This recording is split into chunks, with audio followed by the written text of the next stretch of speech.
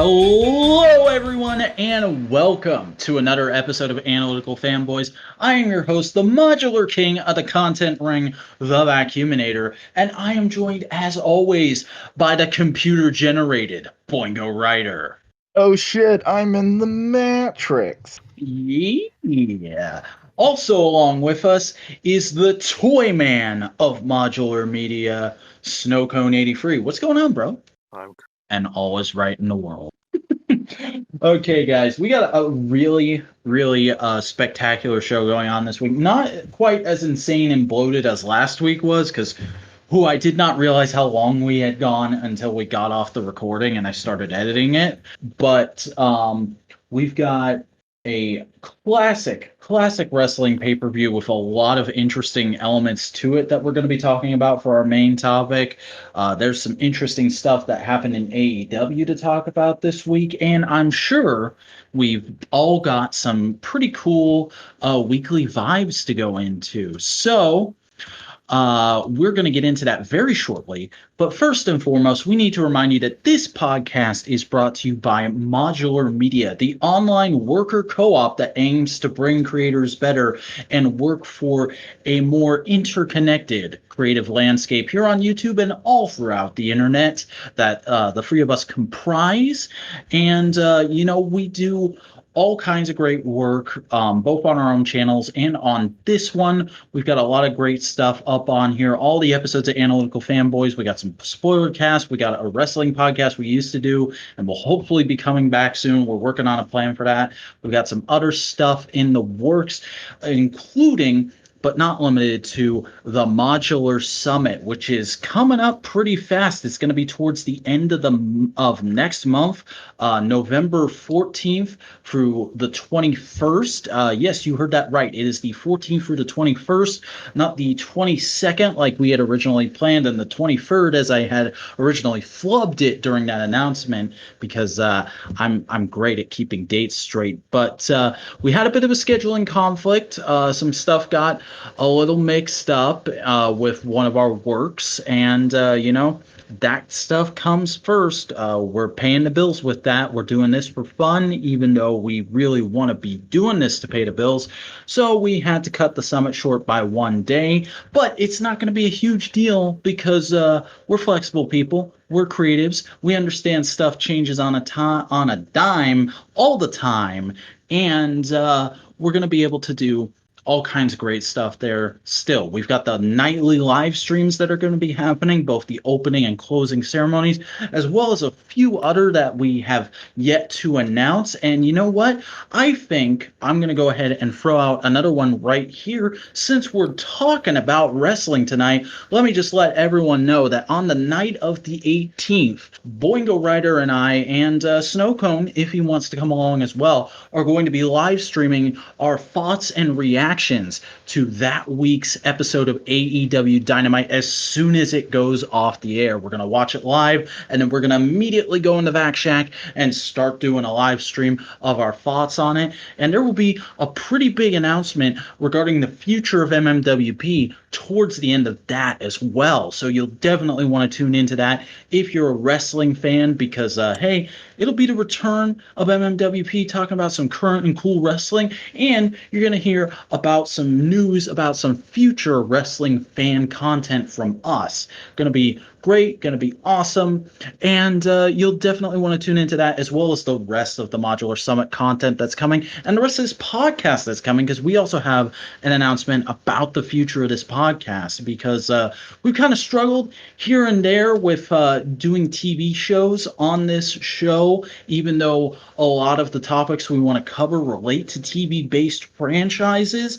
So Boingo brought this up to me before recording, and I think it's a pretty good idea, so we're going to go ahead and institute it, which is, from now on, TV shows are fair game here on the Analytical Fanboys podcast. Here on our topic list, they can be entered in freely, but the rule is, if it's a half-hour show, we do the first 6 episodes. If it's an hour show, we do the first 3 episodes. We're not going to try and do a whole season or a whole series, because trying to cram all that watch time into 1 week, where we've all got day jobs and all this other stuff and interests and hobbies and responsibilities, it's just next to impossible. So this is going to be best for all of us, and it's going to help the podcast out a lot in the future. But I think that's all the announcements and stuff that I needed to get into there. And, we're 5 minutes into this bad boy already. I think this is going to be kind of a long one due to the subject matter. So let's go ahead and start talking about WCW Halloween Havoc 1998. This is a classic wrestling pay-per-view, kind of infamous, kind of famous, depending on who you talk to, mainly for one match towards the end of it. And we will get into that when we get to it. Because we are going to be going down the entire card of this thing and discussing it segment per segment. But first, let's get into a little bit of initial reaction kind of stuff. And we'll start with myself because I'm the one who put this on the list. Basically because I wanted to see how the rest of the pay-per-view shook out. I'd only seen the last two matches before this viewing, the last two matches of the pay-per-view, and I thought one of them was very good and one of them was bad, but not as bad as everyone had made it out to be to me.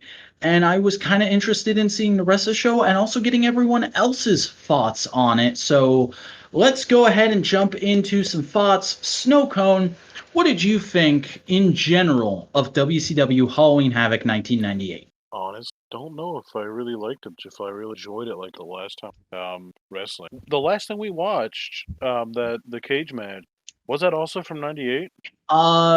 It was hang on, let me pull up. It was a Hell in a Cell with Undertaker and Mick Foley. Yeah, it wasn't a Hell in a Cell pay-per-view, but it was a show that had that match.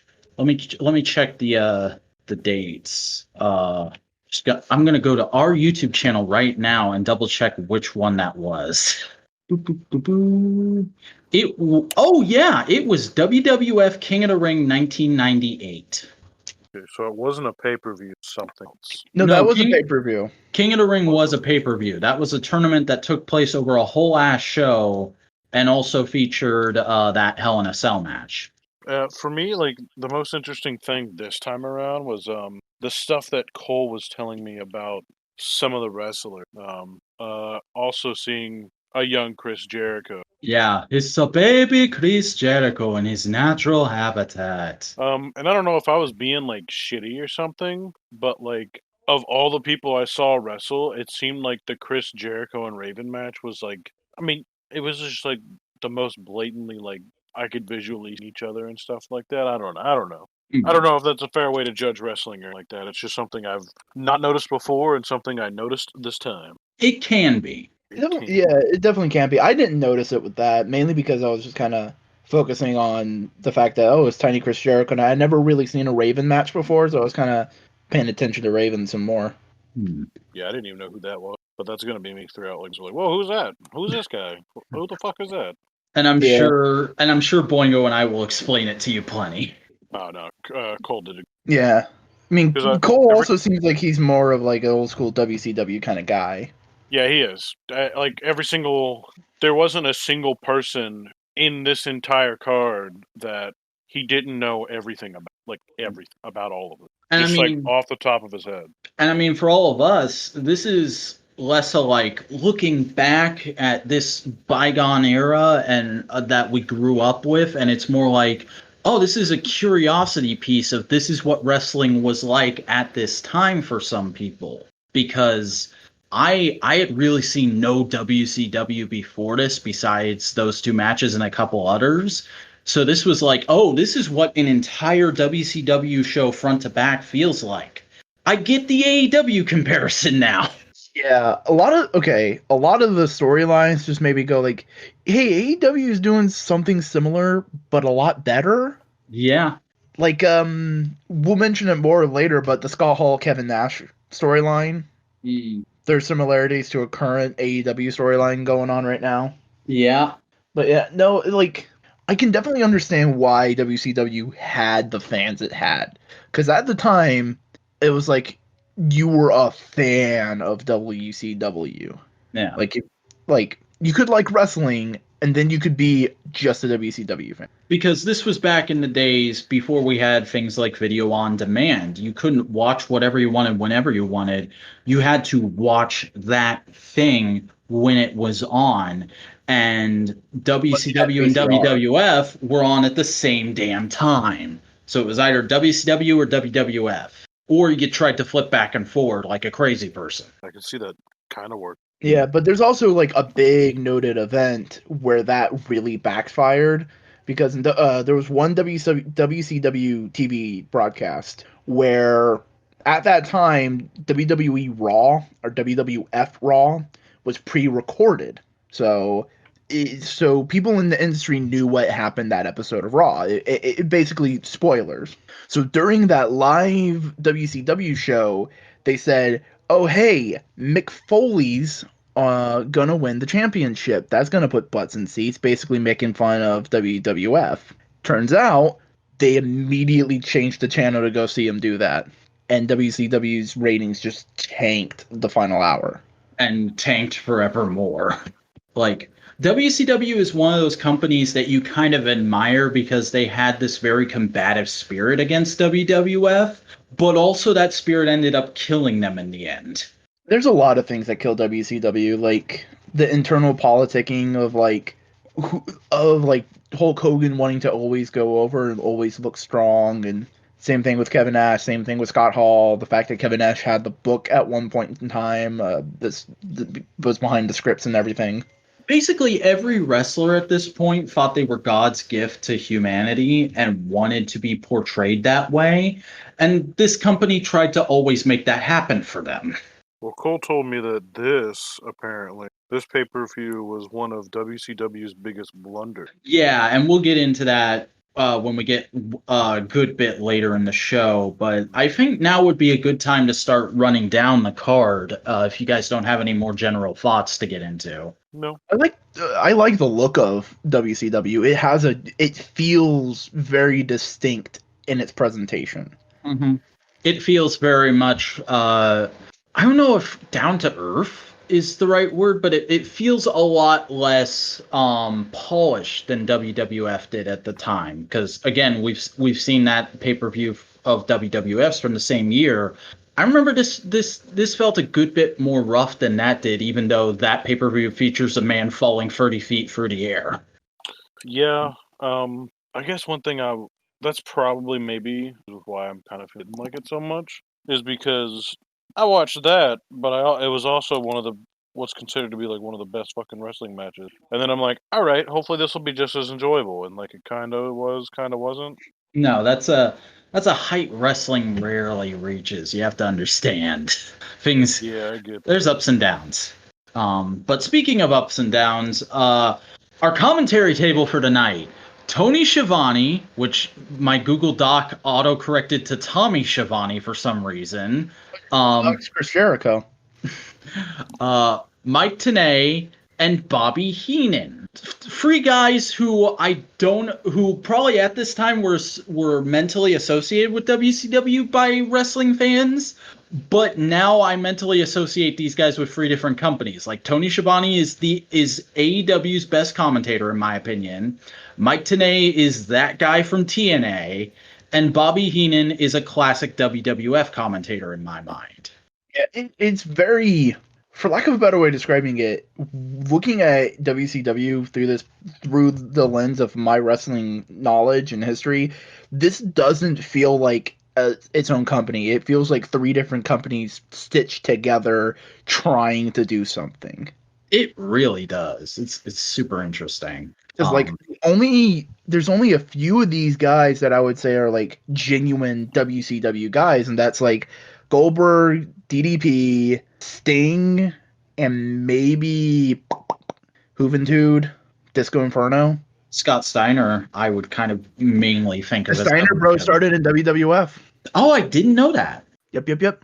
Okay. I've only ever heard them talked about as like weird indie guys or TNA or WCW. In retrospect, a lot of these guys also went to WWF, like Fit Finlay, the Giant, who is the Big Show, stuff like that. So, like, again, it just feels it feels haphazard in a way.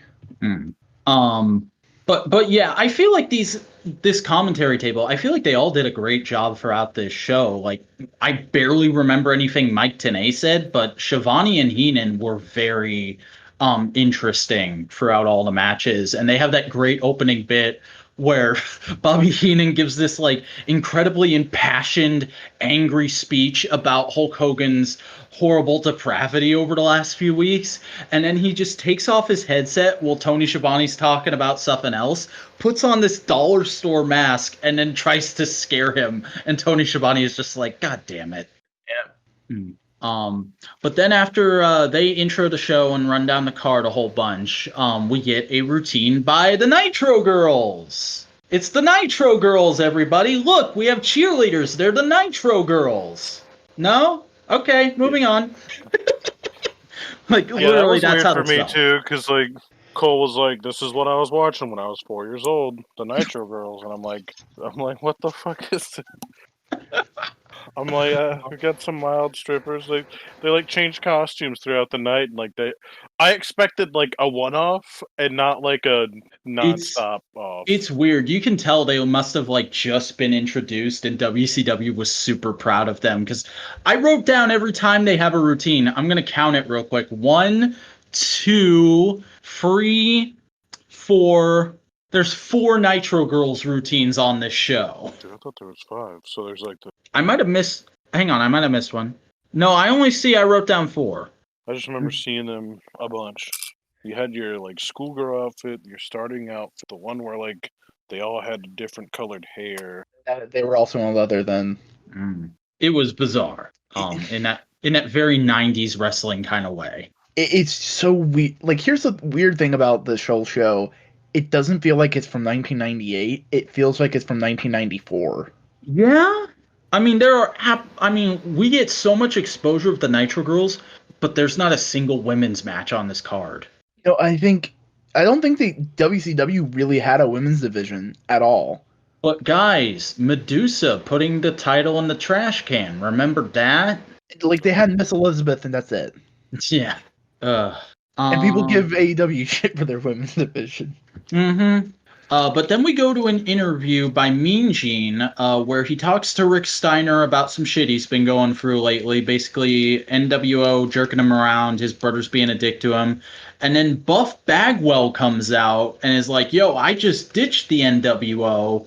You want to be partners and have a tag match with the Giant and your brother and try and get the championships away from them tonight? And he's like, okay, this doesn't seem suspicious at all. And that's that whole segment. That happens. And then we immediately go to Raven versus Chris Jericho for the WCW TV Championship. And you know what, Cody, you already said you didn't like this one a whole lot. I'm going to disagree. I enjoyed it so much because I just love these two healing on each other. And they're both like, I don't want to be here right now. This is dumb. But also, you suck.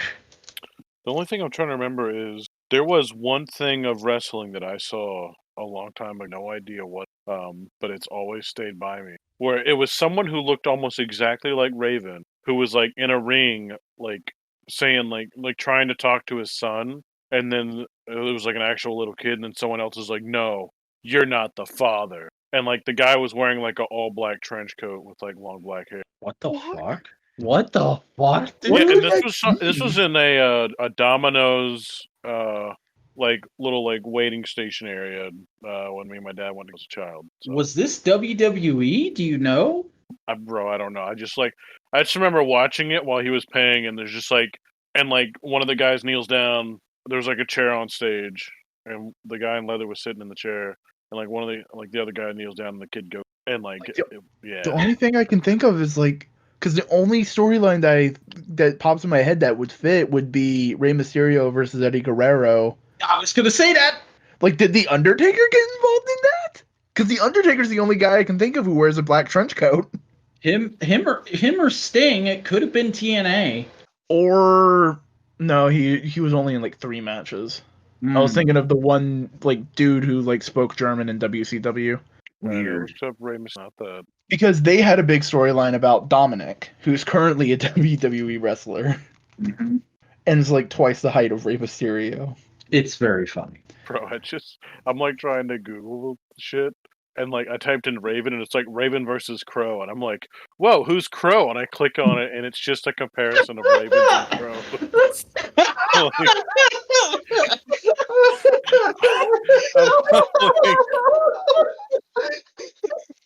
I swear to God. You have the fucking most random, hilarious non sequiturs on this show. I swear to God. Yes, Elizabeth. I really like Raven's look. Yeah, he's basically just the grungiest grunge kid to ever grunge. But it also really makes sense where he's from because he's from ECW. Also, the whole time I was watching him, I just couldn't help but keep thinking, "Wow, that's Luke Owen's favorite wrestler." Wow. Yeah. He is an old dad. I mean, he already looked like a dad fucking then. Yeah. Chris Jericho, on the other hand, like looking at him in this and then watching him on AEW this week, he's kind of aged like wine. Yeah. I mean, he's a chunky boy now, but like not in a bad way. I found a really good picture of him. Yes, but also Sabretooth. Yeah. Right. Raven to the MCU confirmed. I dug Chris Jericho's tights, just the bright yellow. Yeah. And like I completely forgot that his hair was just the most random like fucking troll doll shit at this time. And it would only get stupider as time goes on because his fucking WWE look. Yeah. But that was still like a year away because he debuted 99. Yeah, interestingly enough, I was watching Brian Zane's review of this pay-per-view. He notes Jericho calls the flock like a big patch of stupid and moronic idiots that there have ever been, but he doesn't say stupid idiots. That doesn't come till later. Yeah, Chris Jericho's promo style has evolved, but also has stayed exactly the same. Mm-hmm. He very obviously went to the Paul Heyman promo school.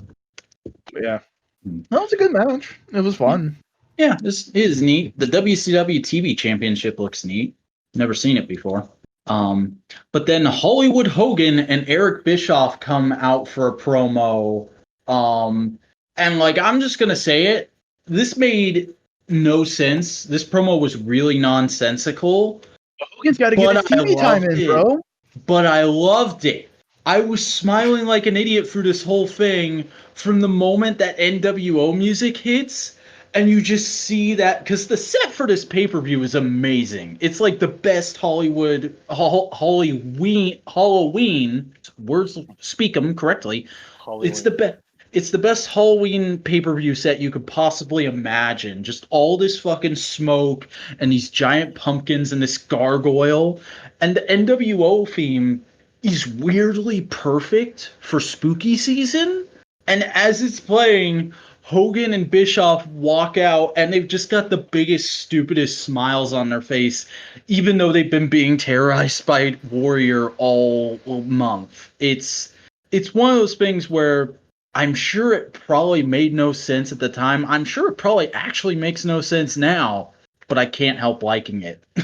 Well, as someone with zero context for most of the shit that went on in the thing that I immediately pulled out from the Hogan's talking about fighting sides, and like he just talks about talking about and he's like, you know, you got the black and the white, and like he kind of like paused, and I just started laughing at that because like just because like Cole constantly posts a picture of NWO Hogan spray painting the side of a trailer, and it looks like it says WI, or it looks like it says he's like NI. Yeah, NI.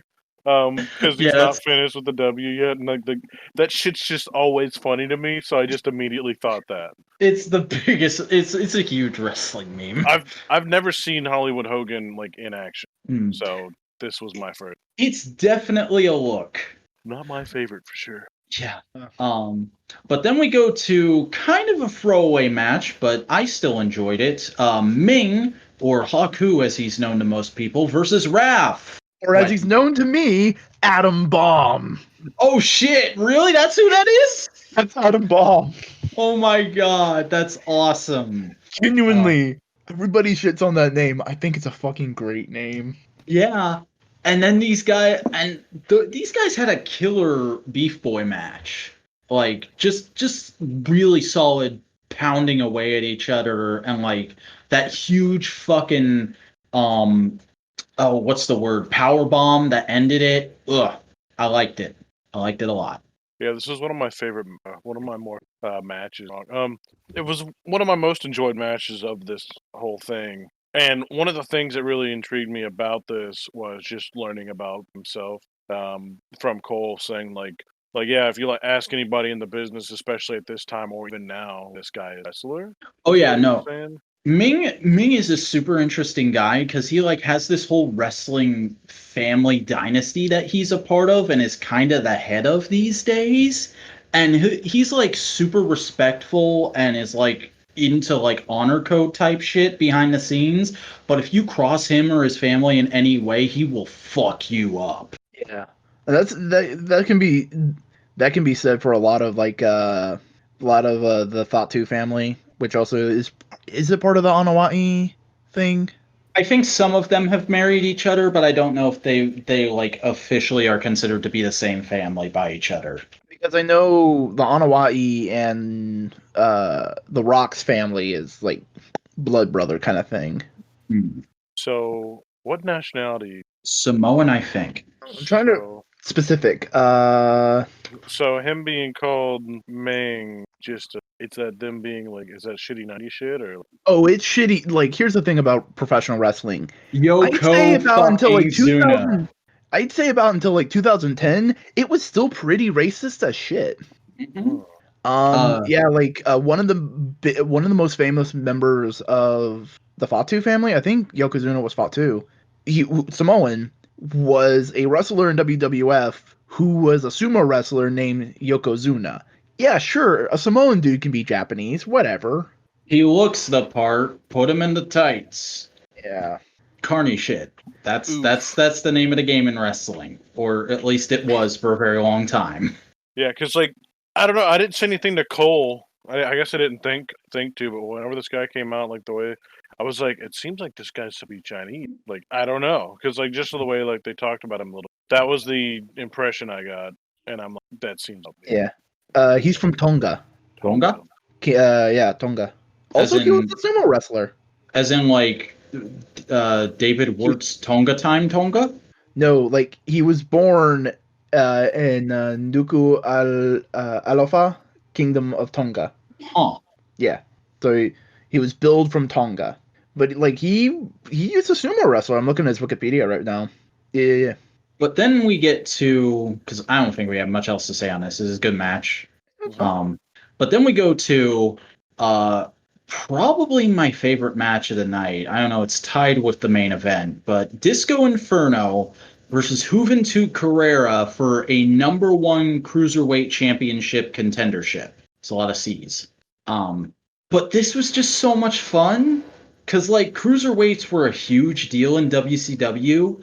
And also, they were kind of like the X Division in TNA in that this is where you could go and be a fast weirdo. Like, you got Disco Inferno, who is just this crazy dancing guy who Disco never died for.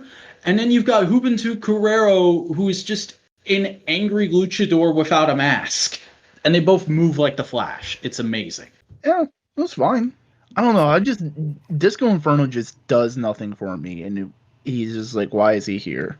Really? Because the 3 things I got from this character, I'm like, hey, is that Elvis? No, it's not.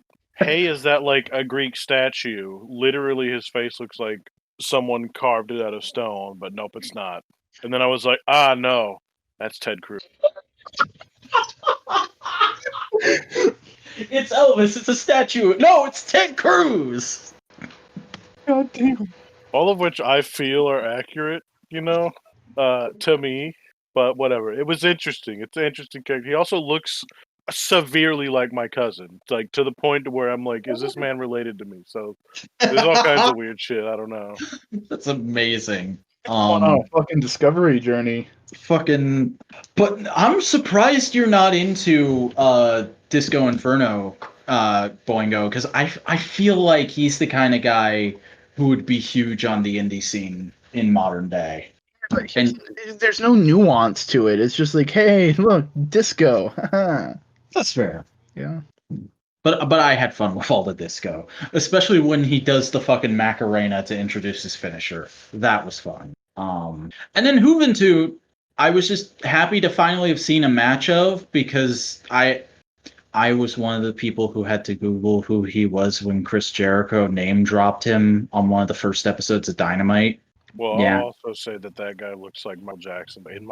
In my brain, I'm like, oh, I'm watching a wrestling match between Elvis and Michael Jackson. And like, once that got set in my brain, I'm like, man, this is gonna fuck me up for the rest of this fucking match. Like, the crazy thing is, I'm sure that has happened at an indie show.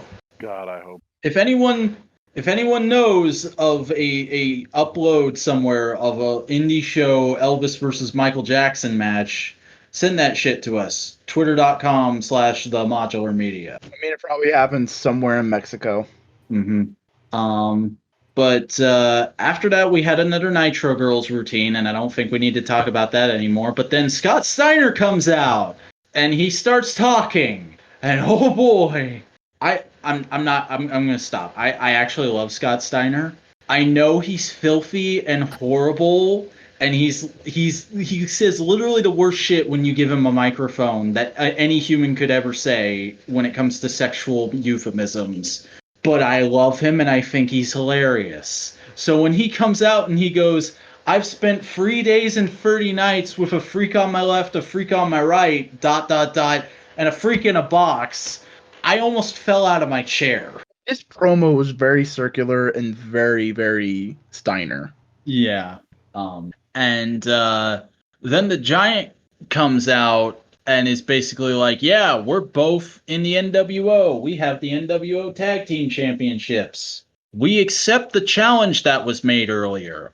We will certainly fuck them up. Yeah, that's going to happen. And that's all that really is established in that segment. And then it took like three goes around to confirm, like, hey, by the way, if they win, you're gonna give your brother a match, right? Yeah, but he's not gonna win. But you're gonna give him but we're gonna win. But confirm it that if you lose, he will have a match. Yeah, it's Scott Steiner. What a glorious man. The guy that comes out to talk to him, which I assume is a wrestler's handle, if I'm thinking of a time, right? This is when they're talking. Yeah, it's gotta be, because like that's when like the guy comes out and he's like, so you're saying like legally or whatever that like they could get these titles or something like that. I think that was Mean Gene, but I don't remember. I don't think it was Mean Gene. I think it was like the quote unquote president of WCW kind of person. Oh. Yeah.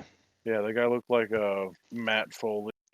The guy who lives down by the river in a van. Yeah, like a lot of this for me is just like, I don't know who that is. Time to associate with something. I feel like that was this whole pay-per-view for you, Cody. Almost. Not later. Like later, I started to like recognize more people, so I was able to comprehend exactly this match that we haven't. Also, almost 40 minutes. I think that's the longest I've managed to go on one of these podcasts before referring to one of you by your real name. I broke kayfabe, brother. Anyways, Fit Finlay versus Alex Wright, Das Wunderkind. This was I'm sorry? He danced. He sure did. He was a dancing boy. I have nothing to say about this match. This completely blew over me. Yeah, it was just weird. Like I don't know. I don't like his dance gimmick. Like I don't, and I'm like, I can completely not give a fuck about his dance gimmick and whatever his character is like boring. And then I'm like, that dance is so fucking eternal and weird that I'm infatuated by it, and like I just want to see a gif of like someone doing that dance. Like it looks like an idol animation or some shit. Like I don't know. And smelling his armpits and shit. Yeah, it's that weird kind of like late 90s pretty boy Eurobeat in the club kind of dancing. And it looks weird at a wrestling show. Especially when there's no music for him to fucking dance to. Mm-hmm. And there's already another guy whose entire gimmick is he dances. Mm-hmm. That should have been the match on this show. It should have been fucking Disco Inferno versus Alex Wright. Loser never dances again. Also, Fit Finlay was there. Hi, Fit. I appreciate what you did for women's wrestling years after this. Bye. I'm sorry that your biggest pop will be just saying, "All right, Becky, go kick ass." Mm-hmm. So Lodi Saturn was fucking great. Yeah, it was fun. I knew of Saturn, but I'd never seen Lodi before this pay-per-view. And I'm not gonna lie, I kind of fucking love Lodi. He just feels like what Sammy Guevara would have been in the 90s, but I'm super into that. Yeah, like, I don't know, if, like, most of this is what WCW is like, these later matches, these characters I don't get that much, like, I could see why I might not have been super into it when I was younger, because, like, it was never like it was shunned, like, and, like, me as, like, an adult, I was just, like, I kinda didn't get it at first, and I had to, like, ask Cole, I'm like, "So is it just the signs?" And I'm like, "So what about the signs?" And he's like, "Yeah, that's just his gimmick," and I'm like, "That's just it?" It's like, "What?" And he's like, "Yep, pretty much," and I'm like, "Alright, okay." It's like it was like another one of those weird characters, because, like, they kept saying Lodi, and I kept hearing Cody, so I was like, "Huh?" But, like, I don't know. It's I a felt weird kind of meta thing because I get the feeling the idea was, oh, wrestling fans put out signs to make fun of us. So I'm going to be a bad guy, so I'm going to have signs that make fun of them and just the concept of having signs in general. Like the big one that gets highlighted in this match is a sign that just says Lodi likes Texas. It's like, okay. I think Tony Schiavone on commentary is even like, okay, and Yeah, like just a lot of the characters in this is just like, because it's when WCW really started taking off, it was with the NWO kind of like taking over the company kind of thing, and WWF was just still going like, "Hey guys, Max Moon," you know. But in their defense, Max Moon. Max Moon. Cody, I want you to Google Max Moon wrestler real quick while we're talking, because I just want to hear your reaction. But it at this point in time, it feels like they haven't progressed any. They haven't dived deeper into anything else. It's like they're still trying to go like, yeah, no, these simple characters just doing things. Like there's no depth to it. They don't really know, and this was ultimately one of the other things that killed WCW is they didn't really know how to get out of the whole NWO has taken over thing, because like they very easily could have had they for a very long time tried to just have it be Sting comes in, beats everybody up, and the NWO is no more. But then the NWO made too much money, so they just had Sting join the NWO. Yep, Max Moon and the Toxic Turtles. Mm-hmm. Now do me a favor. Google Chris Statlander, Chris with a K, Statlander wrestler, and realize that they both have the same gimmick. Like none of these, it just feels so shallow. And at the time in WWF, you had like The Rock being nuanced, you have Mick Foley being a nuanced character, you have Stone Cold being a kind of shallow character, but the people around him have a little bit more nuance. And then you have Lodi, who dresses like Billy Idol and holds signs. Yeah. Saturn was pretty cool, just because, like, I don't know, most of this is just gonna be like fucking me, like, just reacting to it. Like, I don't know who either of these guys are. Saturn seems like the cooler one, because fuck if I was a kid and like, all right, this guy's named Lodi, I'm like, stupid. Then like, all right, this guy's named Saturn, I'm like, Jesus fucking Christ, that guy's rad. Like, and then Cole was like, no, that's his actual name. I'm like, oh my god, that's actually fucking cool. Yeah, Saturn was pretty great.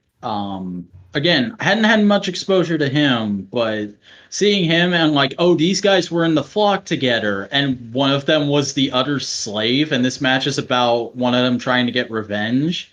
And then let me double check the card. Who won?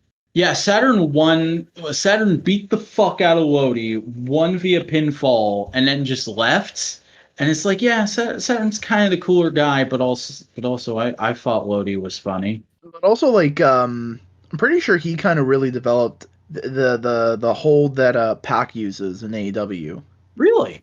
I think, because I'm trying to remember what his Pac's hold is. who was the wrestler that had the? That's Al Snow. That's probably like my pocket. Legit. And that's kind of what I vibes. Just because, like, I was trying to understand, like, the sign. It's in tribute to Saturn. he started using a double underhook crossface submission maneuver called the Rings of Saturn. Huh. After leaving WWE, it is currently known as the Brutalizer. Fair.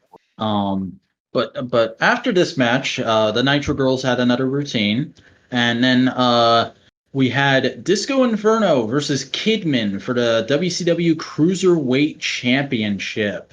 And this match was good, but not as good as Disco versus Juventud, in my opinion. Yeah, like also his ring gear. It was just jorts. Yeah, Kidman strikes me as '90s John Cena. No, he's not as cool as that saying. No, but I mean in like that Jonathan Taylor Thomas kind of every boy next door kind of way. Yeah, I mean that's pretty much it. He could do some cool shit. Yeah. The finish to this was neat, especially with Disco trying to do the Macarena finisher several times, and then Kidman's just like, nah, bitch, I'm fucking shooting star your ass. I think that's what he did. Probably. I mean, that's as much high flying shit anybody got to at that point in time. Yeah. Any thoughts on this match, Snowcone? I just remember one thing Cole kept going back to, like what I was take memos of. It's like the interesting shit Cole was watching. I know, like, cause like it's not exactly the thing we'll talk about later about how this is one of the bigger blunders that like Cole was saying. Like, this is probably some of the things that make this shit happen. He's like, did two Disco in one night, like, and like I don't know, I kind of got it too because I was like after the first time I was like, that's interesting, but after the second time I'm like I don't know, and like so I don't know if it's fair to like judge it off of that specifically because like I'm consuming this as like one thing by itself, no context, anything else, other than what I know about the NWA. NWA is an entirely different wrestling company. Yeah, but WCW used to be associated with the NWA. Mm-hmm. They were kind of the same thing, but also not. And that's how Billy Corgan is able to own the NWA nowadays. It's weird. And yes, that is Billy Corgan from Smashing Pumpkins. Yeah. Yeah, he owns a wrestling company. But yeah, I'll admit, like, even though I like Disco, maybe didn't need to have him on 2 matches in one night. Might have been better, especially for the quality of this match, because maybe though it's not as good because Disco's a little more tired. Maybe have that qualifying match or number 1 contendership match, I should say. Have that on Nitro and then have the championship on this. Like, you don't need a wrestler to pull double duty. It can be impressive when they do it, but you don't need it. Especially when, like, a lot of this pay-per-view just feels really hot-shotted. Mm-hmm. Like, Adam Bomb versus Ming, Perry Saturn versus Lodi. Like, we don't have the proper context to it, but that doesn't feel like a guy trying to get retribution from being in a fucking stable he didn't want to be in. No, because Lodi versus Saturn, I think I'm not sure. I think it was supposed to be Eddie Guerrero originally, and then he missed his flight or something like that, and so they changed it to Saturn at the last second. Yeah, and like Alex Wright versus Fit Finlay, that just feels thrown together too. Mm-hmm. But yeah, this match was not the best, but it's also not the worst because, oh boy, this next match. Team NWO, Scott Steiner and the Giant versus, God damn, that's a long-ass title I put in the card. Versus Scott Hall, or no. Rick Steiner and Buff Bagwell. Yeah, I did not fucking space this out or format this well enough. I'm sorry. I'm like going total dyslexia right now looking at how I wrote this. But basically, this is the tag match they've been teasing for the entire show. That's for the WCW Tag Team Championships. And if Rick Steiner wins, he gets a one-on-one match with Scott. And this is a total fucking clusterfuck. Because, like, 2 fucking minutes into the match, Buff Bagwell is like, surprise, motherfucker. I never left the NWO. I'm still with them. Here's a chair in your back. I'm gonna run away while my friends beat you up. And then I'm gonna come back later in a president mask and beat you up some more and then unmask for no goddamn reason. And then we're gonna try and pin you while the ref's unconscious. And you're gonna kick out and somehow fucking beat us. And now we're just going straight into you versus Scott. What? I have a feeling Russo has something to do with this match. Oh, this match reeks of Russo, but I don't think he was working for WCW yet? Question mark. Google that. Well, he does that. Snow. Oh, this match reeks of Russo, but I don't think he was working for WCW yet? Question mark. Google that. Well, he does that. Snow Cone. What? Trying to like, cause at the time it rough because like sometimes I was trying to fucking keep track, trying to like pay attention, but like I just kind of got lost rolling around and like it didn't grab me that much, and I don't know. Me and Cole just ended up having a conversation about the Big Show and like it was like the best. Because also another weird thing from this match, the Big Show had a smoking gimmick at this time. Yeah, he was also still technically the kayfabe son of Andre the Giant. Yeah. And God, there was something else fucky about this match that I wanted to mention. I can't remember it now, though. Despite all of that, I think Rick Steiner looks great. He has a cool look. I dig it. It's kind of a goofy look, but I could get behind it if he was booked better. He like it because the whole dog theme. He just reminds me of like an English bulldog, and that kind of big chunky boy. Like, yeah, it just fits for me. Oh, you know what else happened in the storyline leading up to this? The fucking segment where Rick Steiner has a promo with Chucky.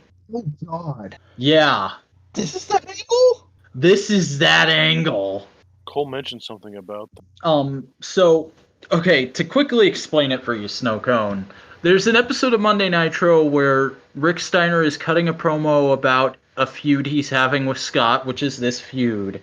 And then Chucky, the demonic doll from the Child's Play series, comes on the Titantron and starts talking to him.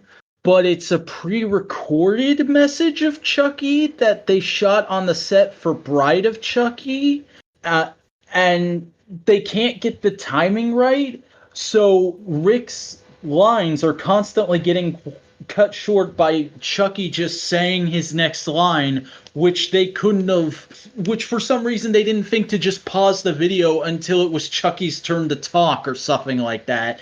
It just keeps rolling and Chucky keeps talking over Rick, and it's this horrible disaster, and the only reason the promo exists is so Chucky can plug Bride of Chucky, which is gonna be in theaters in like a week after that had aired.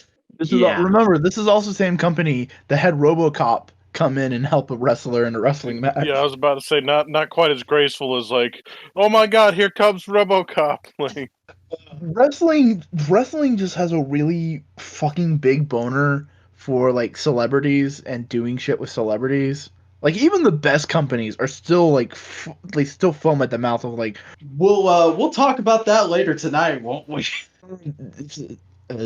Yeah, it's their way of trying to get curiosity clicks, very much in the same way that Hasbro will put out Transformers figures as Optimus and Megatron before the characters they're actually meant to be. Yeah, I will say this throughout the night, as we saw like promo things and whatnot, I was like, Scott, I don't think I enjoy him. And then at this like point in time, I don't think anybody does, but it's just hilarious to watch him do shit. He's an insane, perverted bodybuilding freak that he's like a train wreck. You don't support him, but you can't help but watch him because it's fascinating that someone like him could exist. Like someone must have sent you the Steiner Math promo. Yeah, no, yeah. I recognize that. I recognize him as that. That shit's funny.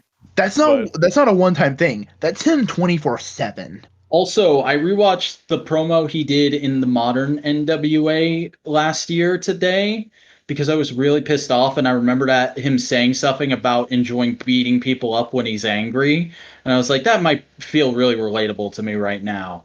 So I put that on, and it's still like one of the best fucking angry promos I've ever seen. That was a glorious moment. Yeah. But this was also before Buff Bagwell got his like big goofy hat. Mm-hmm. So he's just a guy. Yeah. That was his gimmick eventually. Is just he had a big goofy hat. Yeah. And the world's dumbest sunglasses. Yeah. Like, You just Googled him. Scott. But this is like that's what Buck Bagwell looks like most of the time. Yeah. Yeah, that's Mac from It's Always Sunny. All night for me. And like the problem with that one was like it made it hard not to buy it, and I'm like, I wonder if there's something there for that one. I'm like, I wonder if like somebody writing for that show had a little bit of love for like WCW and stuff like that, just wrestling. I'm like, because like it just felt a little uncanny, but like I doubt there's anything there for that. It's I just know that possible. It's like an Steiner's episode weird. of Charmed. Nice. I love that show.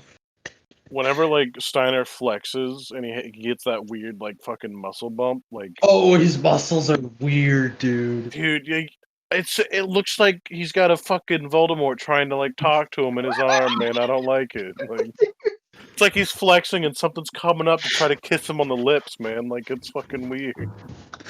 Totally. Cody, we're gonna show you so much wrestling just because of the way you talk about wrestling. It's endlessly entertaining. About him, the good, the bad, and the buff. The Mark Bagwell journey. But getting on from things that are endlessly entertaining to things that aren't, Scott Hall versus Kevin Nash. Yeah.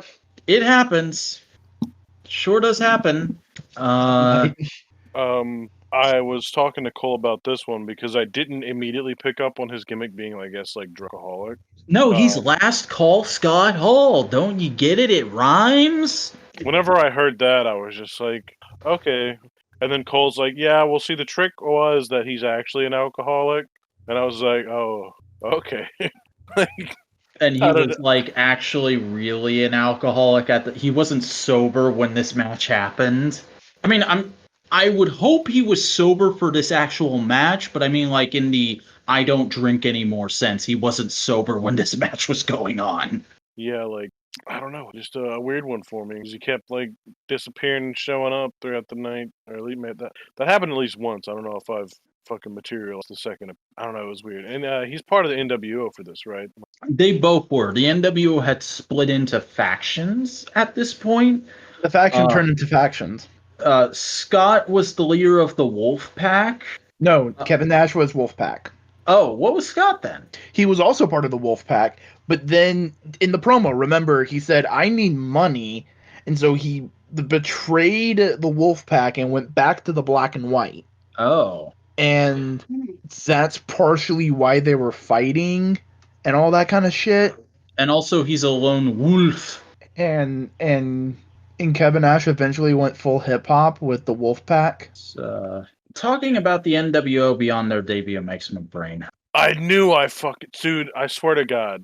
So I've been trying to figure out, like, because I was watching Kevin Nash and I was like, yo, why do I recognize this guy? Yo, who is this? Like, I'm like, I don't remember seeing him as a wrestler. I don't remember like seeing this, but like I fucking have had conversations about this guy for some reason, and I know his face. He's the fucking Russian in my favorite Punisher movie. Yeah. That shit's dope. Okay. Is he? Yeah, is he in Thomas Jane Punisher? Is that what I'm thinking of? Oh, yeah. Shit. And he's like 100% like spot on in that. I've only seen that movie once, so I didn't know that. Oh, I've seen that movie. So looking at his filmography, he was in TMNT 2 as Super Shredder. He was in The Punisher as the Russian. He was in The Longest Yard. He was in Grandma's Original Boy. TMNT 2? Yeah, 1991, TMNT 2, Secret of the Ooze. He was the body double. Shredder in and out of the shadows. Come on. I'll be goddamn. Rock of Ages. He was in Magic Mike. John Wick. Really? I don't want to know. He was in Magic Mike Double XL. He was in John Wick? Yeah, he was Francis. Don't. Hold on. I'm doing it. Okay. I like how this match is so bad that we're just talking about Kevin Nash's IMDb. But yeah, because like I'm trying to like, I think there's even more than that because like I think somebody I grew up with hardcore Kevin Nash. Oh, there's a dozen of them. I mean, I know he looks like is it James Hetfield or whatever, like fucking Metallica. But no, I think it's something else. Or maybe it's probably just, I think Cole just cool. He was name also in Sabrina, the Teenage Witch. Oh, here's a picture of Kevin Nash. I actually do remember him being in that because I watched a weird amount of that show when I was like 12. A pro Trumper. I could have swore he was talking about. I could have swore he's been talking about workers' rights in some regards. I'm not sure. He does support gay wrestlers in the business, so at least there's something nice about it. Yeah, I mean, they still get. It's a lot better now, but they've been given shit for a long time. Damn, he's still in good shape, huh? Not really, because it's a long running joke. He always fucking tore his quads, so like he can barely walk half the time. Yeah. Well, just like upper body. Yeah. Yeah, I don't know, man. Like, I definitely still like wrestling. I just feel like maybe this might be more of like a deep cut for a true fan. Here's some people that you're less interested in. I think you'd really enjoy contemporary AEW like right now because there's a lot of interesting, cool shit going on. Probably. I mean, one of the wrestlers is a dude who's a dinosaur, but he also has a PhD in history. That sounds kind of lame. I'm sure it's enjoyable. Yeah, man, because he's pretty cool. Candy. Hell yeah. Candy Burke. Yeah, that's Luchasaurus that's being loaded right this second. Ah. Boop. Oh, well, I like that. Yeah. Man, is that tattoo fake? Correct. No, that's his tattoo. That's it. Yeah, he was also on Big Brother. On Big Brother? Yeah. Like forever. He wasn't Luchasaurus. He was just regular himself on the Big Brother. Just like it's exactly the picture I'm seeing that was ripped from a scene in Big Brother is what I'm picturing. Like just him with really good lighting. Yeah. I mean, that's cool. But he also wrestles with the son of Luke Perry, who is Jungle Boy. Amazon. Oh yeah, no, it's like they're called Jurassic Express. Yeah, it looks like the dude's wearing like. I can see that, but like, there's those two guys. You have the Dark Order, which is like one part Saturday Morning Villains, one part Deadly Cult, and no, AEW is pretty good. I really enjoy it. Here's something else that I have to put some. I had never heard the NWO theme before. Thought about it. Yeah. I absolutely really at all. And I don't know if it was just. I'm about to like bring it up right now. I don't know if it was just like that shit or what. I saw pictures of Luchasaurus and Jungle Boy on my phone, and I came running. No, I was. We were talking about the fact that Cody felt like this might not be hit. Like, how did you describe it, Code? To me, I'm like, this feels like more of like something that like super fans of wrestling would enjoy because it seems like it's more of a deep cut. And for me, I'm like, I don't. That's like absorb most of the. Yeah, no, we got to get you on some AEW. Yeah, that's what I was saying. It's like, oh yeah, the AEW, they have a guy named Luchasaurus, and I showed him those pictures. He is wonderful, and I do like him. Yeah, I just did a quick read. My opinion still stands. Really? Okay. Bret Hart versus Sting is a match. It's for the U.S. Championship, and it happened at the show. Yeah, it did. In concept, this would be a dream match. Yeah, Scorpion Deathlock versus Sharpshooter.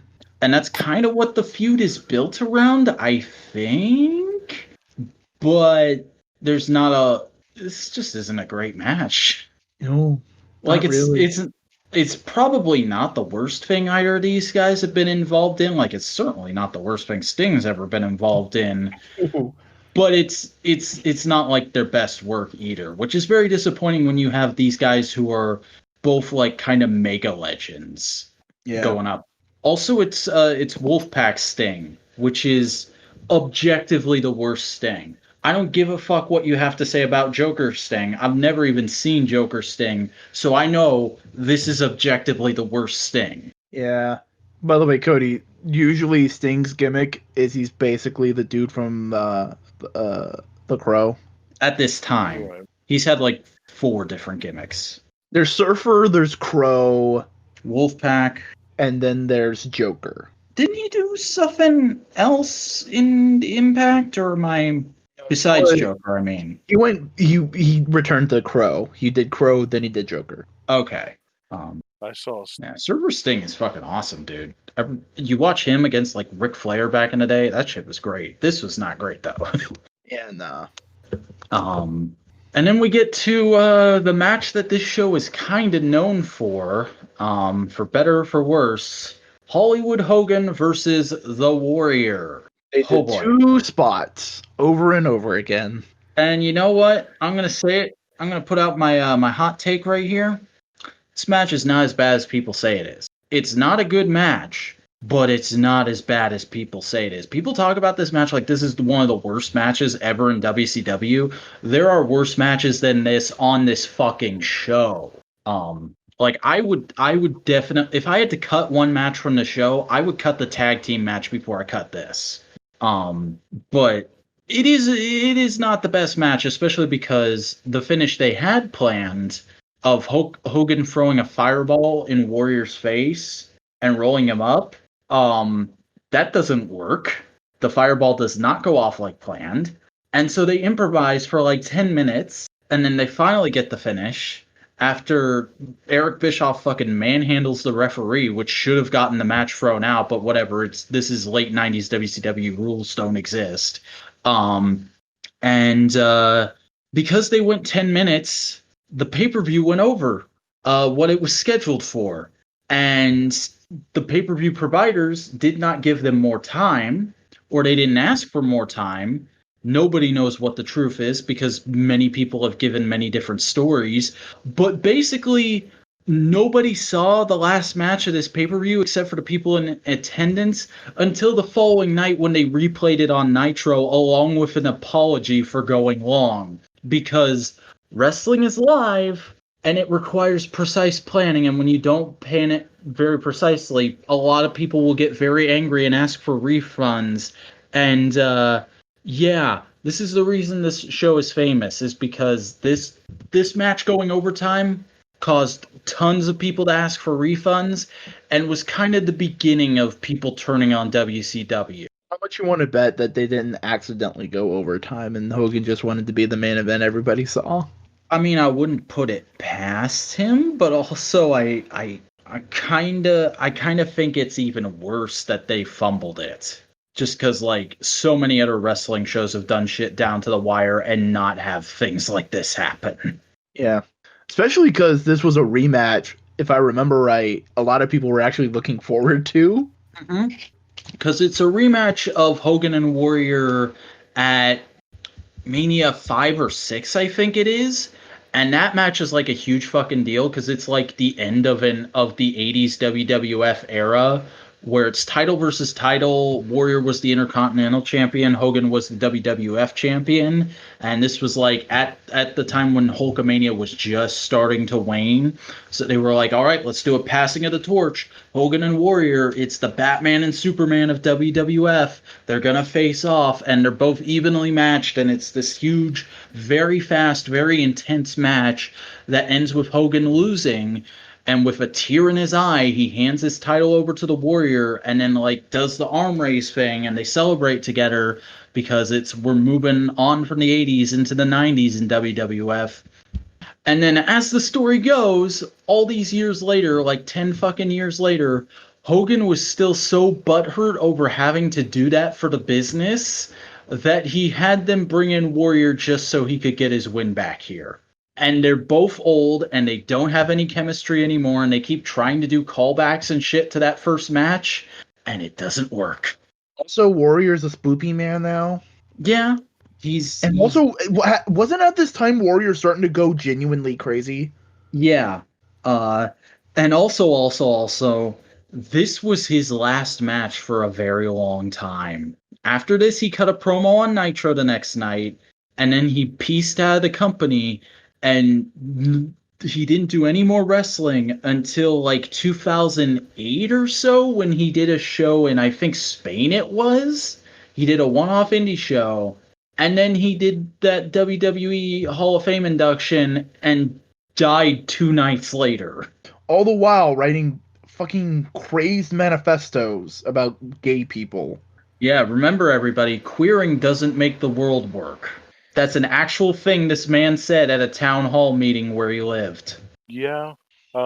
It's weird how it's an interesting parallel between like him apparently being an anti-gay person, and then also like watching for the first time what Cole says is like their spot, essentially, like Hogan and the Warriors spot, where like the test of strength. Yeah, and like that's It's weird. It's silly. I don't know.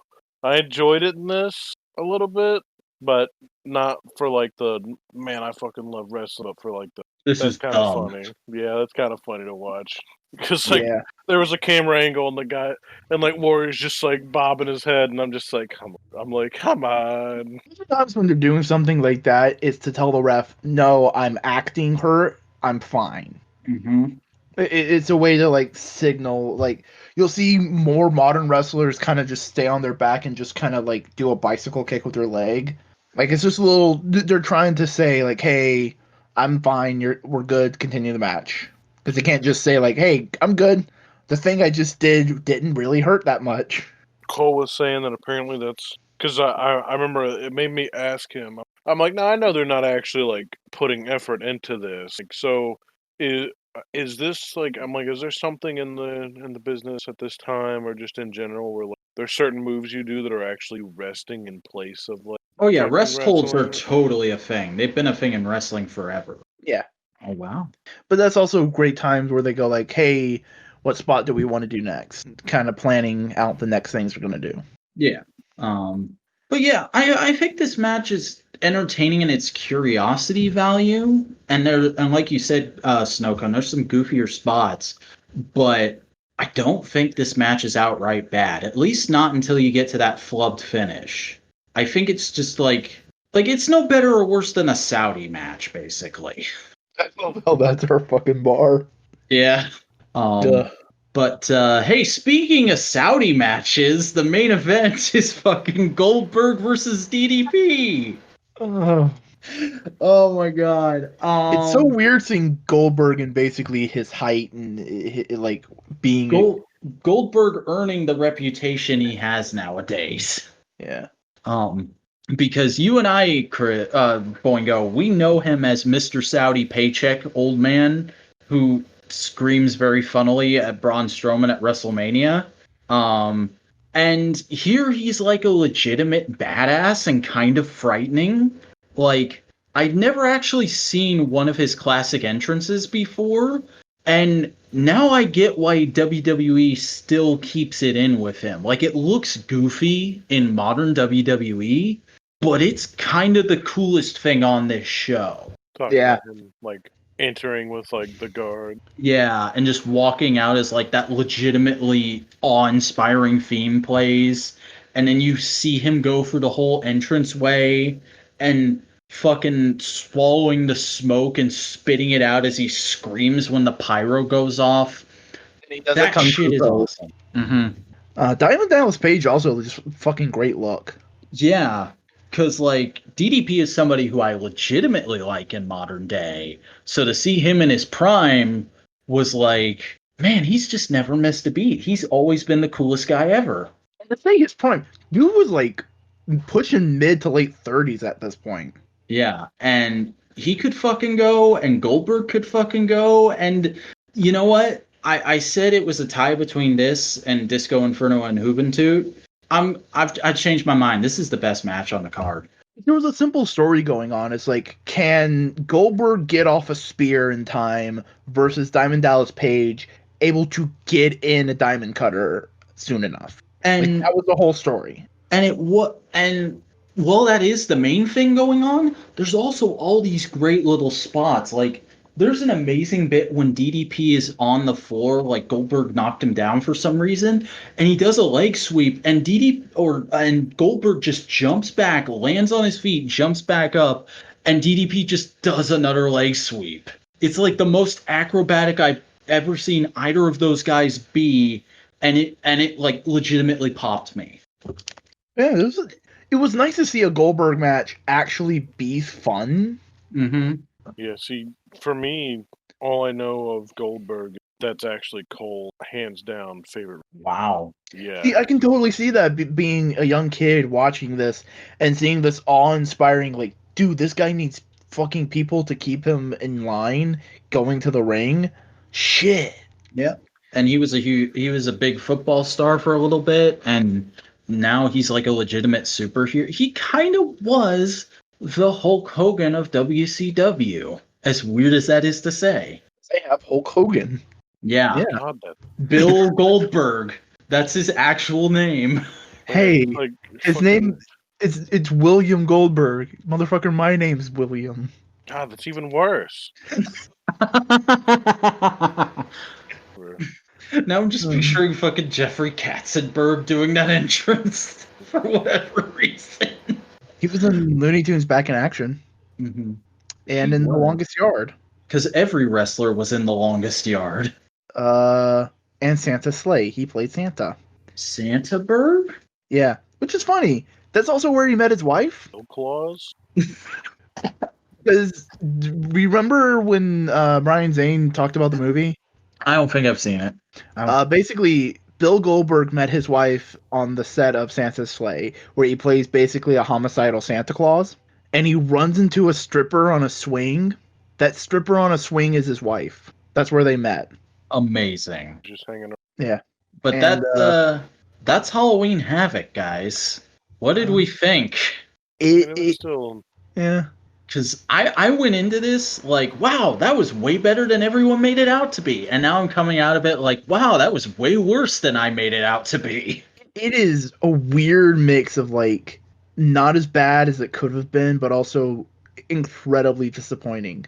Yeah, I think even I feel a little disappointed just because, well, I mean, like I said earlier, man, I kind of hyped myself up to like this will be like the other thing we watched, and like I kind of forgot that like that's one of like the goats of a wrestling match. So I was like, well, I guess not all fair. wrestling is created equal. I don't know. My question is, how much would I have to pay to watch? I think $40. $40. I know pay-per-views are like 50 to 60 now, but I think because Zane did talk about this with the whole refunds thing in his review, but I watched that a couple days ago. I think he said they were like $30 or $40 back then. That's a lot of money back then. Yeah. Yep. Oh, okay. Cole just watched. I love the myth we're building of Cole. I hope Cole never comes on the show so he can just be like this mythical figure. He's pretty mythical, just even knowing him. You're like, God damn, dude. How does he do it? We'll never know. That's all I'll say. Okay. Didn't mention it at the top, but I really enjoy the giant inflatable gargoyle. Yeah. That just wiggled every once in a while. That's pretty great. The smoke on the stage came out of its nostrils. Yeah. The wiggling makes it look like he's just like fondling the pumpkin. It's very, very realistic, and I don't think it was intentional, but I kept fixating on it. He's rubbing it like a genie lamp. Yeah, like wrestling pumpkin. I got some wrestling pumpkin. The pumpkin anybody else that. Now I'm gonna make the thumbnail the fucking goblin with just a word balloon going wrestle pumpkin. So you guys want to find out what we're doing next week? All right. Wheel spin. Here it goes. Oh my god. No. Oh, thank God. You don't want to know what we almost hit that I forgot I put on the list. But next time we're talking about The Mask. Chris, you put that on the list. Go. Yeah, The Mask. Jim Carrey, based off a Dark Horse comic that has nothing to do with the movie. Mm-hmm. I have seen that movie once in my life, and I remember it scaring me as a child. Oh, jeez. But no, that'll be an interesting episode.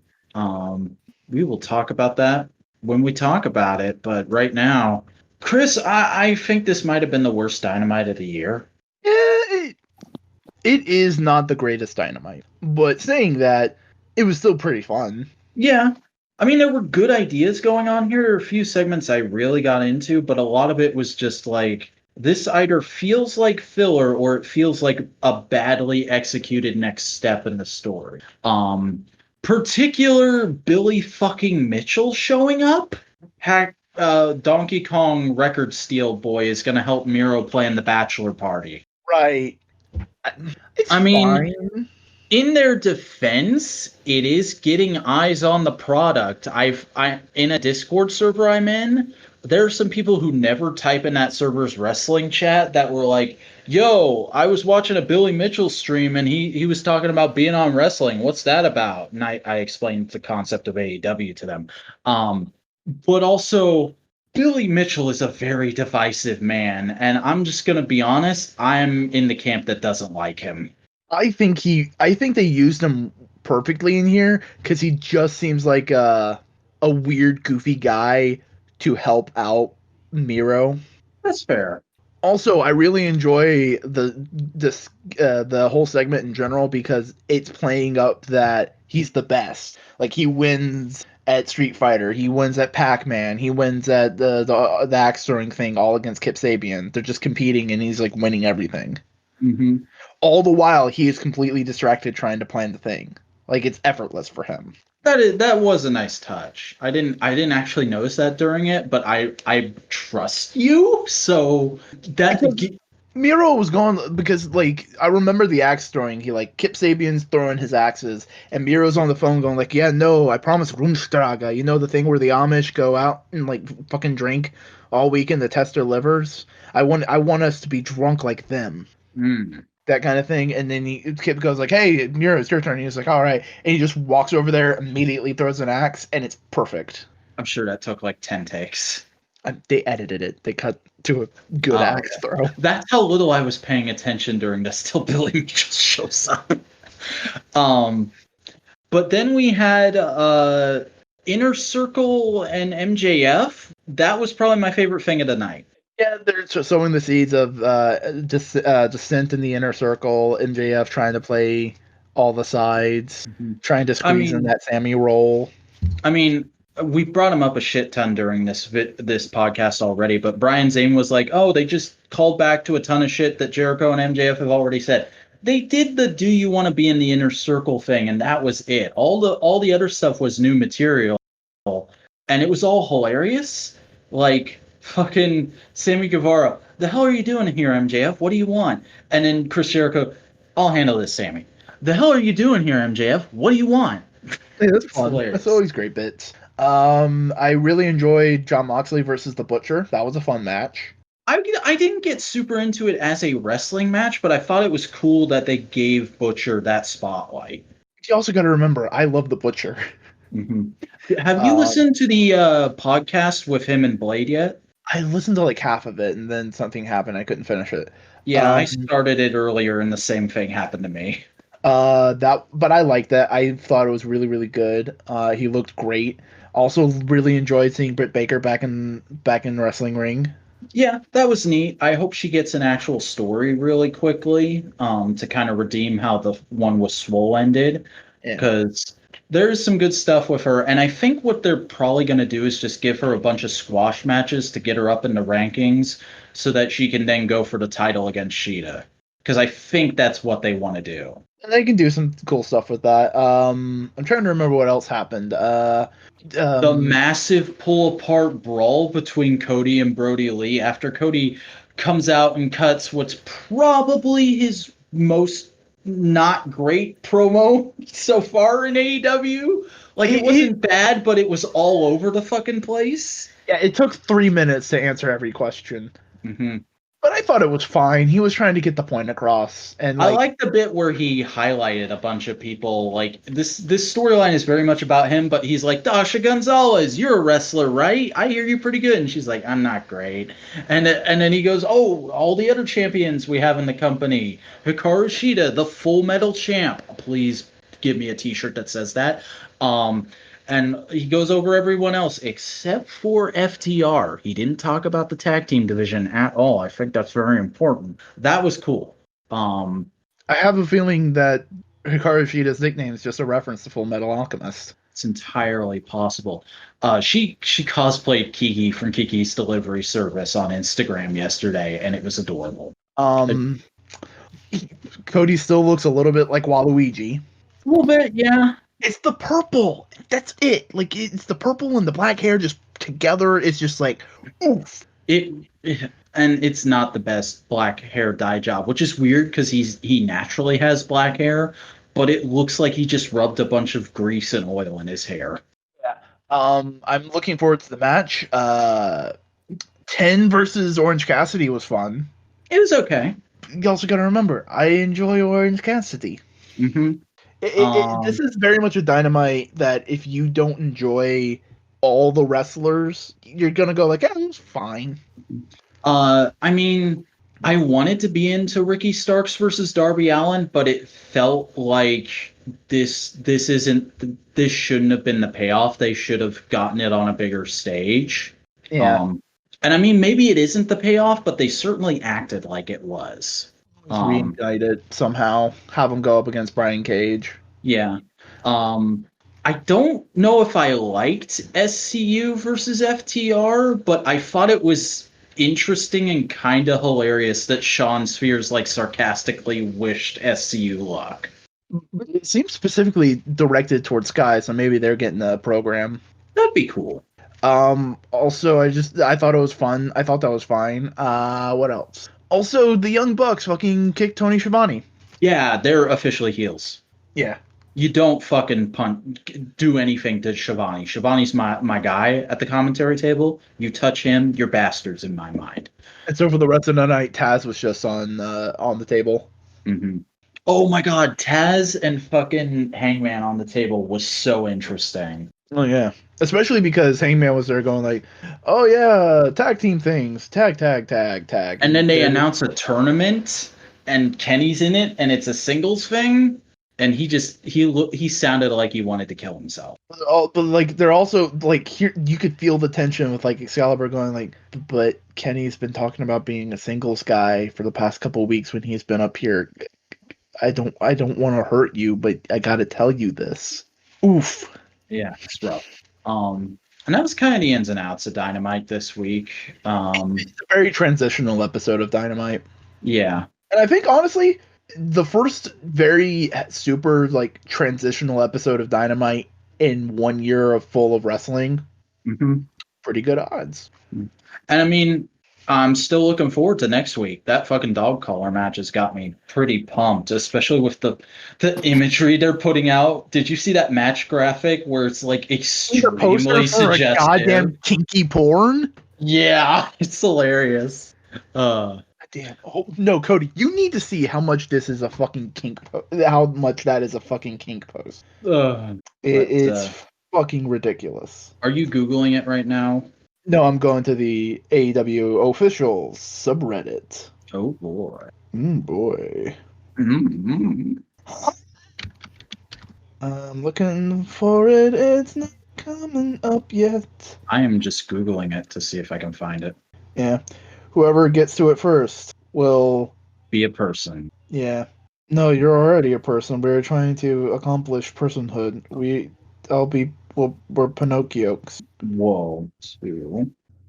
Podcasting content, isn't it? It's amazing. I'm sure audio only listeners are just loving this.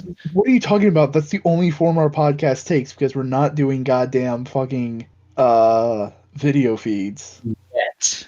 There it is. Yeah. Does that not look like 50 Shades of Grey? I'm done. Cody, tell us your weird vibe. Yeah. What's your vibe, bro? Man, I don't know. It can be a vibe. Maybe just relax, or just too much. You couldn't relax. Anything cool? Yeah, not fucking no. Damn, so like, I didn't really get that. I didn't do anything. This whole last week, a bunch was supposed to, and instead of that, just we had to reset the entire store, which required reset to base, which took about, and that was a lot of like I wasn't there for the chatting, and then I got there, and the day I worked yesterday, today we had the day I worked yesterday, just nothing. One of the days this week, I had to get up at 8:30 to go there, and like left at 7:30. Or no, I had to be there at 8:30. Sorry. They asked us last minute, and when I say last minute, I got a text at 12 saying like, "Oh, hey, by the way, be at work at 8:30 instead of 9:30, an entire hour early, just to sit there." And it was rough. And that was the day where like I had me going there was I guess is my vibe. Me going there was fucking pointless because I got there and everything was working, and then like 3 hours the system that we use to sell phones to people, their accounts and process crashed. On a national level, as in every single Cricket Wireless was knocked out of commission for a few hours. So you're telling me if I had gone into a Cricket Wireless today to get a new cell phone. This was a day now. If I had gone into a Cricket Wireless a day and a half ago to get a new cell phone. You would see a bunch of stressed out. Ooh. Yeah, that's like big oafs. Yeah, like half the time it feels like half of these days have felt like I wasn't even there, like shit, because it was just like shit to shit to shit to shit. So like the day started off as like me walking into the store, especially yesterday, me walking into the store and immediately greeted with issues that I had to solve, and it just like didn't stop. I get there and I'm like, all right, time to start this thing and fix this, and like now I have to start fixing this other thing while I'm finishing up this, and then I'm off of work. Just kept sliding on. Is it? Are problems like this still going on, or is it like kind of resolved and next week's going to be a little bit calmer? No, that's the fun part. It's gonna be a nightmare every single day, and For the rest of your life. yeah, because of all of this, we had to go back, and man, he said we have to go back to manually tracking our commission to make sure we're getting paid. Ooh. Which requires us to manually enter all the information from every receipt of transaction, anything to do with any of the metrics that we. So basically, every transaction you do is going to take an extra like 20 minutes now. No, we do it all. We don't do it like right then and there. We do it at their point. Sometimes we do all of it at once. That's worse.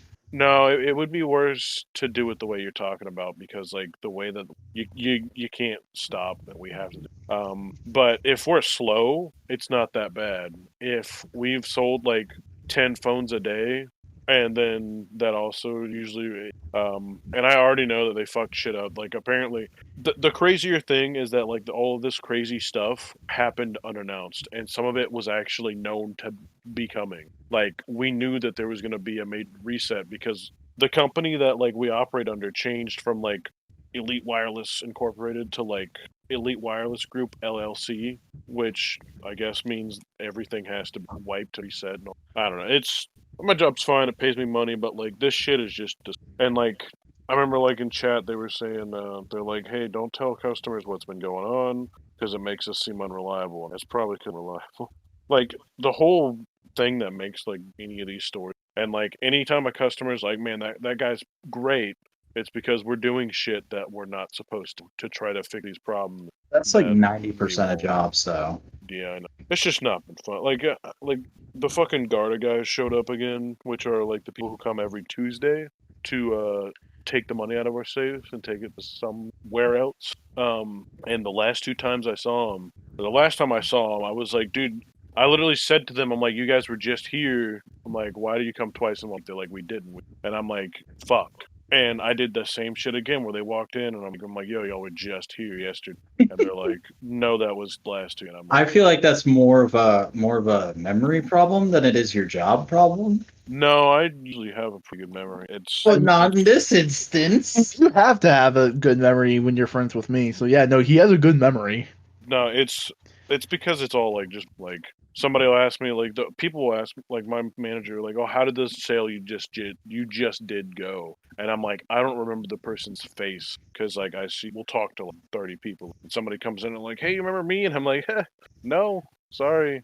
Like I don't know. It's just it's a fucking shitty piece of shit, and I'll stop talking about it. And it's also going to get worse because November's coming up, and Christmas. But guys, the summit. Yeah, dude, I get to. There's no war in the Modular Summit. I come back from that immediately into Black Friday. If there was ever a time I needed a reprieve, vacation, it's probably going to be after it. No. You're going to be going into the fight of the year with fresh. Hey, be fresh.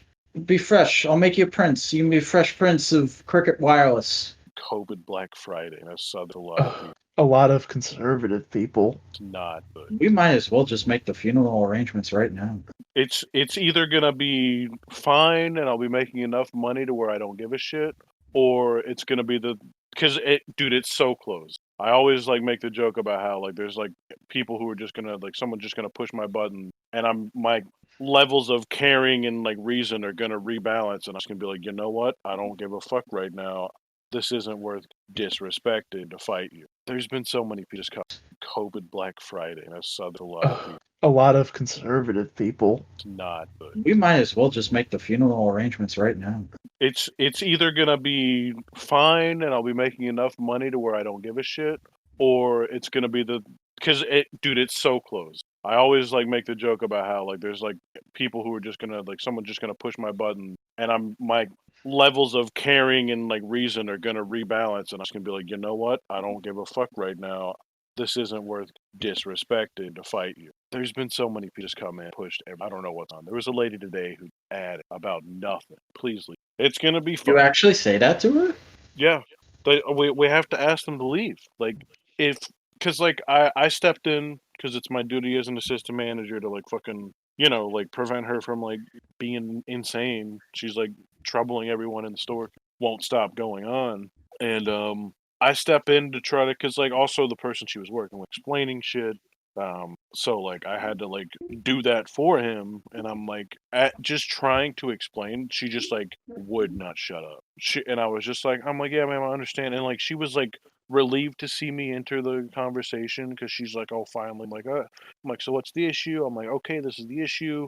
And I'm like, well, here's the things I know about this issue, and here's what I know can be done about it. And like I was about to present an actual, you know what? And like then I turned to Ryan because he asked me a question about this exact thing, and I answer his question and go back to answer her, and then she's just like going on, and I'm like, ma'am, if like you're gonna have to leave if you don't want this like problem solved. Like I'm trying to help you. Went off and then went. So you were doing care and control. Yeah, she wasn't that bad. It was just fucking. We was just like rapid firing English at me. I'm sorry you had to put up with that.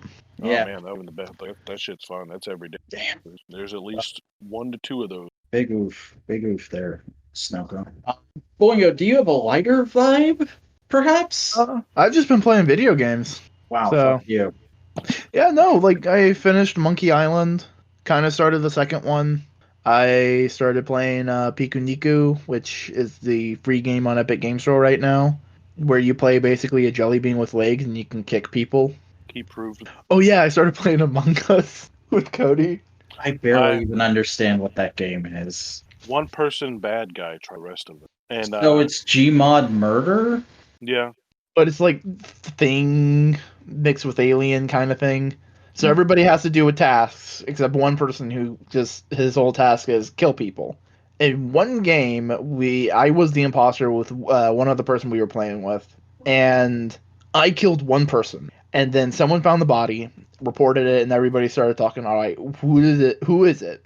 And then Cody suggested, I can't remember who it was, but Cody suggested another person. And we kind of just agreed with him and was like, yeah, no, that makes sense. Remember, I'm the one who killed him.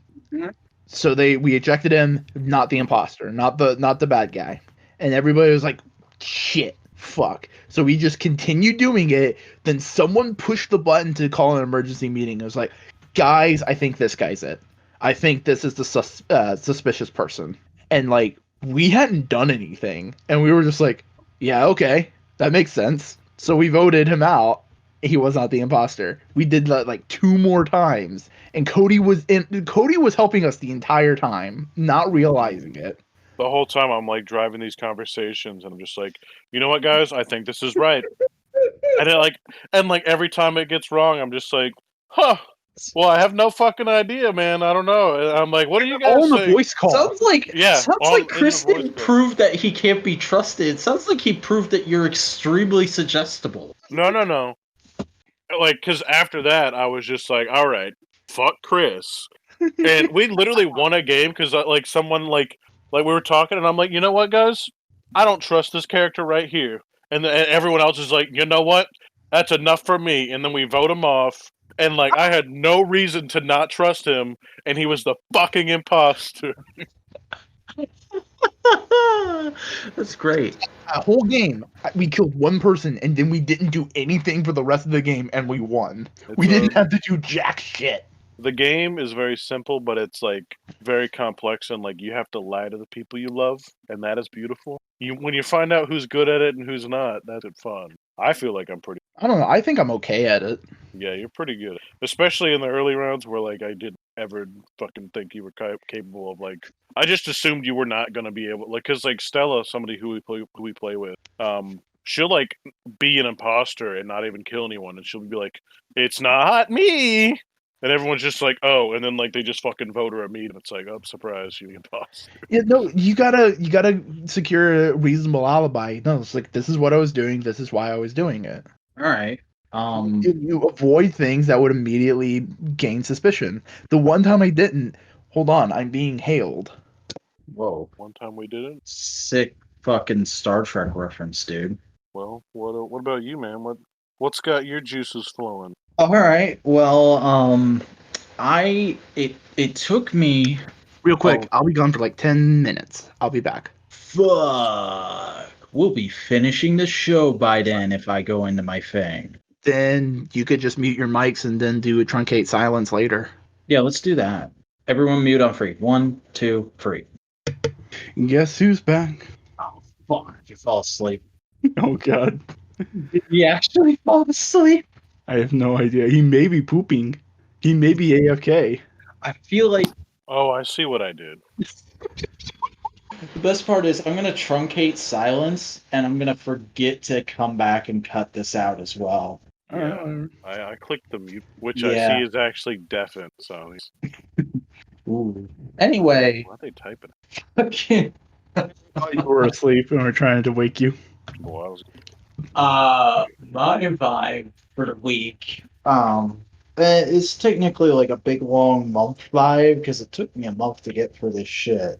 But I finally read through all of Tom King's Batman in one go, which, for those of you who don't know, is the first post-Rebirth Batman solo series run that I had read before, but it was very sporadically. Like, I read some of it in issues, some of it in trades, some of it online legally, and I'd never actually done it in one proper condensed let's experience all the ideas here go, and I didn't really remember the ending. So having reread it now, I think it might be my definitive Batman. And that's a big thing for me to say because I've never had a definitive Batman. Like, I've always heard that term tossed around, but definitive Batman to me sounds a little fucking extreme when Batman can be so many different things. But that's kind of the beauty of this run, is it's just like this constant debate of what is Batman supposed to be? What does Batman have to be in order to be Batman? Can he be happy? Can he have a family? Does he need to be solo? Does he need these characters around telling him what to do? Does his conflict with this character define him? And where it ultimately comes out is kind of just saying, it's an ebb and flow. Batman's in a cycle, and he'll always evolve just a little bit when he comes out the other side of that cycle, but he's always going to be going through this cycle of really fucking dark and emo and really bright and happy, and back and forth between those two things, hitting all the points in between. And I kind of like that. I kind of think it's beautiful. And I really love all these little, like, big character establishing moments of Batman making these statements about how he views himself. Like, there's one in the last issue of the run that just really hit me in a place, especially because I hadn't been feeling too great over the last few weeks, which is part of why I haven't put out a video on my own channel for like a month now. And it was like it. I don't want to spoil it for anyone who hasn't read the run, but basically he makes this statement about how he sort of ended who he was when he made his vow to war on criminals, and he's been this person all his life, and now he's making a choice to be someone else as he goes forward after the run. And it was like, it's this self-realization moment that I really bought into. Also, the main villains of the run are Bane and Flashpoint Batman. Joker is barely in this, which in modern Batman is a huge breath of fresh air. So yeah. How modern? This started in 2016 and ended last year. I'm sure it's some of the... And I did put the first 3 arcs because it's a trilogy on the list, so we will talk about this at some point. All right. But yeah, it's fucking great. I really liked it, and I hope you all really liked this long ass yet somehow still shorter than last week podcast.